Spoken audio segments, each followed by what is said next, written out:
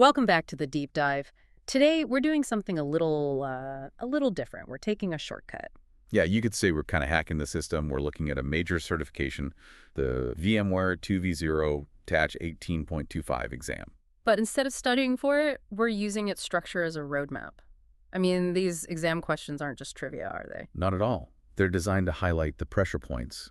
They pinpoint the top 10 ways people break their environments, where security fails, and, the best practices you absolutely have to get right. And just for context, we're talking about the VMware vSphere and ESXi hypervisor environment. This exam is no joke. It's 130 minutes, about 70 questions. And that means every single question is there for a reason. Getting one of these concepts wrong in the real world, Right. well, that leads to downtime, security breaches, or compliance headaches. So our mission for you is simple. We're going to distill this down, move past just the answers, and explain why these 10 concepts are completely non-negotiable in a live production environment. Basically, you're getting the most valuable operational wisdom without having to sit the exam. Okay, let's unpack this. Let's do it. First up, the foundation. Securing and standardizing the host. If you're managing any kind of virtual infrastructure, control is everything. Control and centralization. Let's start with security. We'll Yep. call this nugget 1. The source asks how an administrator restricts all direct access to an ESXi host. The key feature is lockdown mode. Okay, wait. I have to push back on that, immediately. Go for it. If I'm an admin getting a call at 3 a.m. because something is broken, why would I ever want my direct access blocked? What if vCenter itself is down? Isn't that just creating a single point of failure? That's a Yeah. classic question, and it's a really good one. It gets to the core of, modern infrastructure philosophy. Lockdown mode stops direct logins from the host client, from SSH, even from the console itself. Right. And yes, it forces everything through vCenter. The reason is all about security, auditing, and policy. It's about having a single controlled entry point. So security trumps break glass convenience in this case. Precisely. vCenter is your central point for identity, for access control, for logging. Yeah. If someone could just SSH directly into a host, they bypass all of that. You lose the audit trail. And I guess in a proper enterprise environment, you'd have vCenter high availability anyway to handle that failure concern. Exactly. The risk of a policy bypass is seen as much, much greater. So lockdown mode is really about enforcing that centralized security policy. That makes a lot more sense. It's about channeling everything through that audited choke point. Yeah. Okay, so from security, let's talk standardization. Nugget 2, host profiles. Mm-hmm. These are so critical for keeping large environments consistent. So a host shows up as non-compliant. Its configuration has drifted. What's the very first thing you do? The required action is to remediate the host using the profile. And the key word there is first, isn't it? And because the gut instinct, especially in a crisis, is to start manually hunting for what changed. But that's exactly what automation is there to prevent. Think of a host profile as your golden image for configuration. It has all your networking, your security settings, everything. A blueprint. A blueprint, exactly. When a host drifts, remediation is just the automated process of reapplying that blueprint. It snaps the host right back into compliance. You don't troubleshoot the drift, you enforce the standard. Okay, that flows perfectly into our next segment, lifecycle management and data safety. We're moving from daily control to planned, big-ticket items like maintenance and upgrades. Yeah, this is where a little bit of preparation prevents a whole lot of pain. Let's talk nugget 3, vSphere Lifecycle Manager, or VLCM. This is the modern way to do updates. You're about to apply a new image to an entire cluster. What's the one thing you absolutely must validate before you click that button? Oh, this one's huge. This is what separates a smooth upgrade from a resume-generating event. Right. It has to be hardware compatibility with the target version. 100%. It sounds so basic, but this is where upgrades fail. You have to check the VMware Compatibility Guide, the HCL, and it's not just about the server model. No, you have to get way down in the weeds. You do. You're checking the specific firmware version on your network cards, the drivers for your storage controllers, the server BIOS, everything. Because the new version of ESXi might have dropped support for an old driver you're still using. And if you miss that, you're looking at unstable hosts, maybe even losing access to all of your storage. You're just asking for a catastrophic failure. Validation is the essential safety check.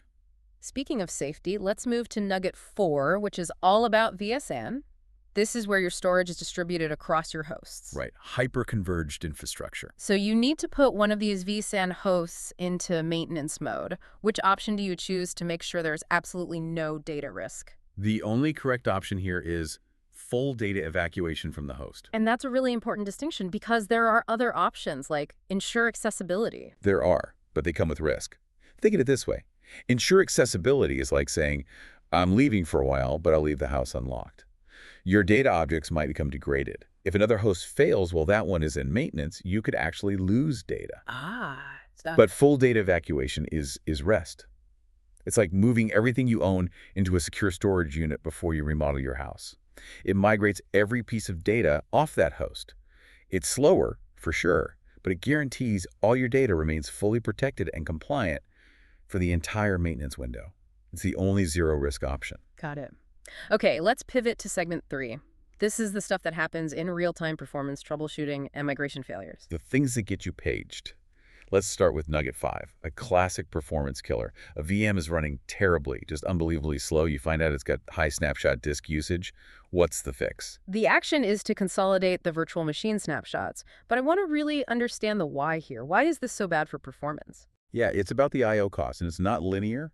It's an exponential problem. Yeah. When a VM runs on a snapshot, every single request for data forces the hypervisor to read through a chain of files. A chain. A chain. It has to check the most recent snapshot file, then the one before it, and the one before that, all the way back to the original base disk, just to find one block of data. So if you have, say, 5 snapshots, that's 5 extra lookups for every single I/O operation. Wow. It creates a massive amount of overhead. Consolidation simply merges all those changes back into the base disk. It collapses the chain. Performance comes roaring back almost instantly. It's like paying off technical debt. Okay, let's look at another failure. Nugget 6 is about vMotion Live migrating a running VM. The operation fails immediately right at the 10% mark. What's the likely culprit? This is such a classic symptom. The answer is almost always that the vMotion VM kernel port is not configured on the destination host. And at the 10% mark is the clue, right? Right, it's the dead giveaway.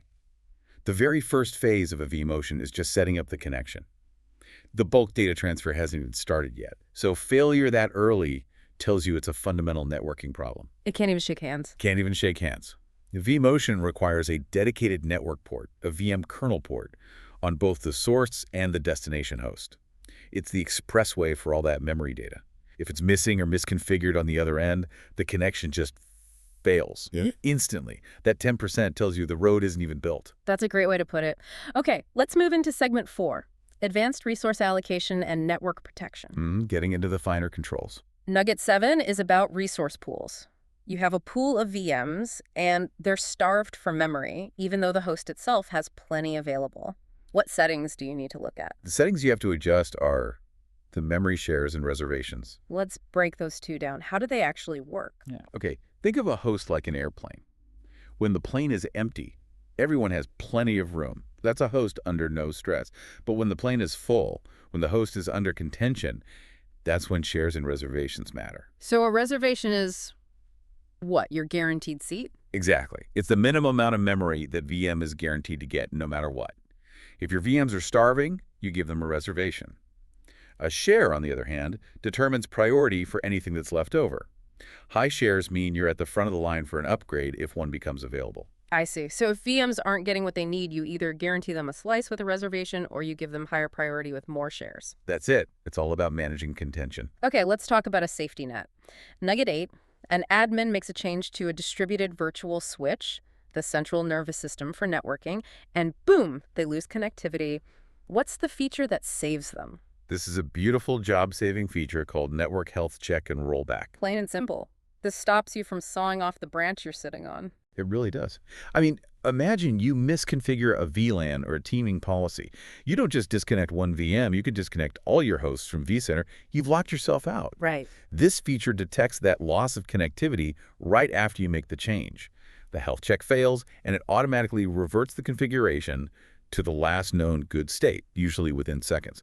It literally stops you from committing a career-ending mistake with a single click. Incredible. Okay, let's wrap up with our final segment, critical back-end operations, the stuff that has to work for anything else to matter. The non-glamorous but absolutely essential tasks. Nugget 9 is about backing up vCenter itself. What's the one requirement for the backup destination you choose? The key here is that the destination has to support specific protocols like SFTP or HTTPS. This is a detail that trips people up. Yeah. They focus on what kind of storage it is, like a NAS or something. Right. But the protocol is what really matters. And why is that? Why the focus on the transfer method? Because the vCenter appliance handles its own backups. It's not like another tool reaching in, it's pushing the backup out. And it's hard-coded to use secure, reliable protocols, SFTP, FTPS, HTTPS, or NFS. It needs those to ensure that critical data, passwords, certificates, all of it, is transferred securely and reliably. So it's about the security and reliability of the transport, not just having a place to dump the files. Precisely. All right, our final insight, nugget 10. This one is about VMware tools. You're looking at a VM, and the tool status says guest managed. What does that actually mean? It means that the tools are managed by the guest operating system's package manager. So think apt or yum.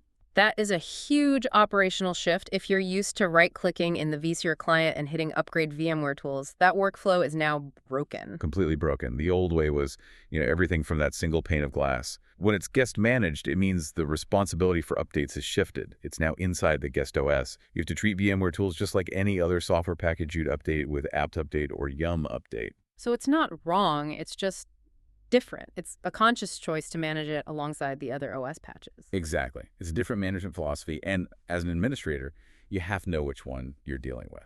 So the question we want to leave you with is this. In a future of enforced automation, what does that mean for the role of the system administrator? Where does human judgment fit in when the system itself is self-correcting?